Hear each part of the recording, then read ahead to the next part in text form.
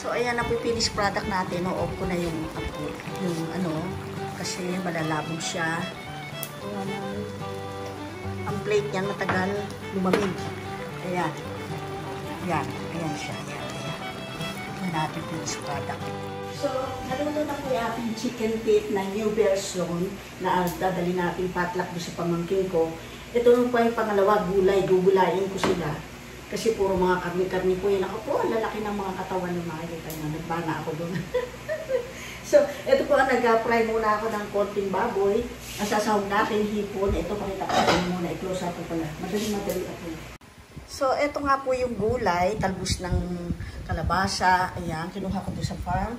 Tapos yung sitaw. Ayan, mga hugas na po yan. Pero yung bunga ng kalabasa, binil ko sa palengke kasi masarap siya sa gata. So, ayan po ang ating gagamitin. Bawang, sibuyas, luya, at saka konting bagoong alamang po. Tapos ito po kalahating kilong hipon, hinalabos ko na para po malasa siya. Itataping lang po natin yung hipon mamaya. Tapos yung sabaw niya, kukunin natin ang lasa. So ito na po yung pinapray kong ano. Ayan po yung baboy, tataping lang po natin yan. Haluin ko na. So ito na po yung ating gagawin, ano, ginataang kalabasa na merong talbos ng kalabasa at saka sitaw. So, yun po ang aking pakakain sa kanila. Sigurado po mga karni-karni yan. Makikita nyo pag ano natin. Dahil titig portion, doon po ilalabas lahat. So, fry na po ito. Ay, po. Ayan.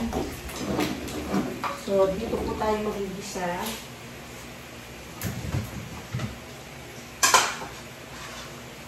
Ito, dito. Ayan. Sana walang ground. Kahapon ko pa siya binili. Ganun po ako magsahog ng hipon para yung hipon hindi tumatabang sa gulay. Dati direct. Pag kinain ko yung hipon, matabang na, nilabas na yung lasa. Kaya ginagawa ko, nilabos ko, nilagyan ko na ng asin, tapos konting water. Yun yung pinaka-sauce niya, nandun ang lasa. Tapos ako itataping yung hipon, malasang lasa. Ito po, tatlong yun po ito. Paglagay po kayo ng fresh na siling green, naubusan ako. Nakalimutan ko nung kahapon na binili. Hindi pa ako makapag-decide ko, nilulutuin ko. Kasi hilig sa mga karni-karni yun. Potluck daw. Puro karni merong nagsabing magluto ng pata ng baboy. Pakasugarin ko nito pa ito. Sabi ko, gugulayin ko sila. So, ito na po. Higisa ko yung bawang. Ay, hindi pa mainit. Higilid ko. Ayan. Ayan. Kasi square ko yun. Pwede ko na rin siya pagsabay-sabayin kasi gulay naman yan. Walang tatanggalin na lansa. Niluya para dun sa... Masarap po kasi sa gata niluya. Nihipon. Yan. So itong sili na lang ito lalagay kung hindi ko siya pipikain. Green po ilagay nyo. Naumutan lang ako. Yan. So masarap po itong bagoong alamang sa ginagatang gulay. Isa po yan sa sikreto o technique na lang. Hindi sikreto, technique. Lagyan ko na po siya ng bagoong. Huwag tutulay sa ano. Ayan. Kasi, isang araw, basaan pa ako, basta lahat kamay ko, wala akong vlog. Binuhos ko yung mantika, tumulay sa mantika yung gura, ay, siya blubukin. Dinagdagan ng kuryente yung katawan ko, ay medyo okay. Kailangan ko rin siguro na ano, kuryente. Ayan, nilagay ko na po itong bagoong. Yan po isa sa mga sikreto para sumarap. Kahit walang sahog, kahit walang baboy, kahit walang hipon. Yan ang bagoong na yan. Isa mo, gatak. Oh, salt. So, ito po, ilalagay ko na rin siya para lumasa na siya. Hindi ko siya itatapin. Kasi, bala ko lain. Eh, sabi ko, marami itong gulay na galing sa kahapon. Kasi tumating si Bob, dito sa lubong daw sa akin. Dito pinuntahan ko. Tapos, kumuha ko ng chicharo doon sa kakilala ko doon. Hindi na wala na akong time. Yung mga kaibigan akong regalawan ko. Galing Oman. Kumuha ako sa amin sa Liga Bulacan. Kung maghiwa ako, tipak-tipak.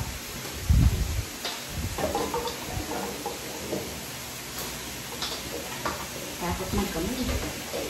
Tumulay na naman yung kuryente ko.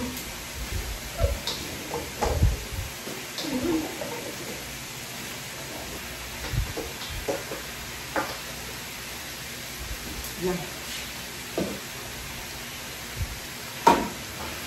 Huwag kang magkakakalaw.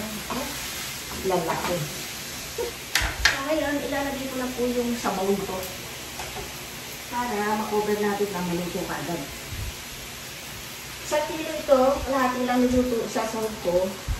Kasi pipiliin lang nila na pipiliin nga yung kalahati. Iano ko sa gatang laing. Ngayon, kukover ko na po siya para maluto. Isusunod natin yung mamaya yung sitaw at saka itong talbos na kalabasa. Sauce ng pakasarap po niya. Malasa-malasa. Ayun. Check ko na po siya kung malambot na si kalabasa. Okay, kabang. Kabang-bang.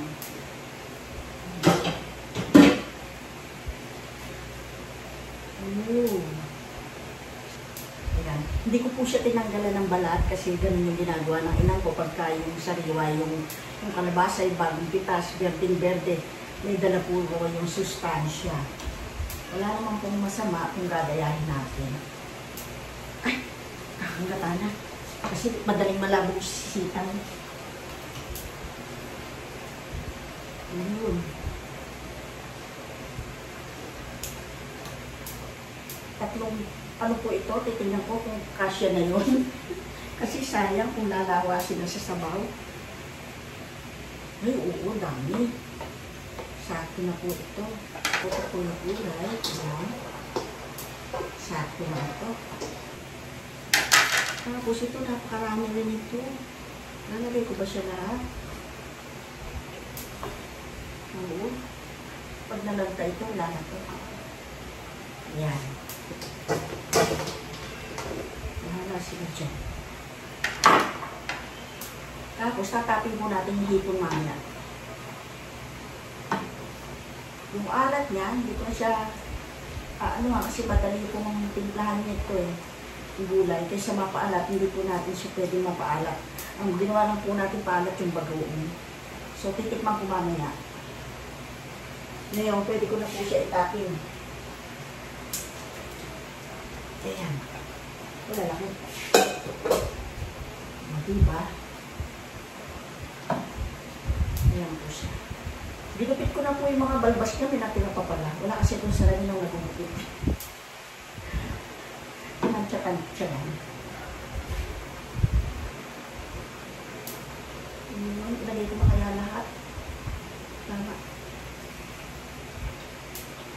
Malulod sila sa sabaw. Kaya halis ko. Baka tumulay na naman yung kuryente. Oops, tutulay ka pa? Huwag naman. Wala na raw kasi kung kuryente sa katawan, kaya dinadagdagan nila. Wow! Okay na. So, ayan na po siya. Atin na po siya titikman.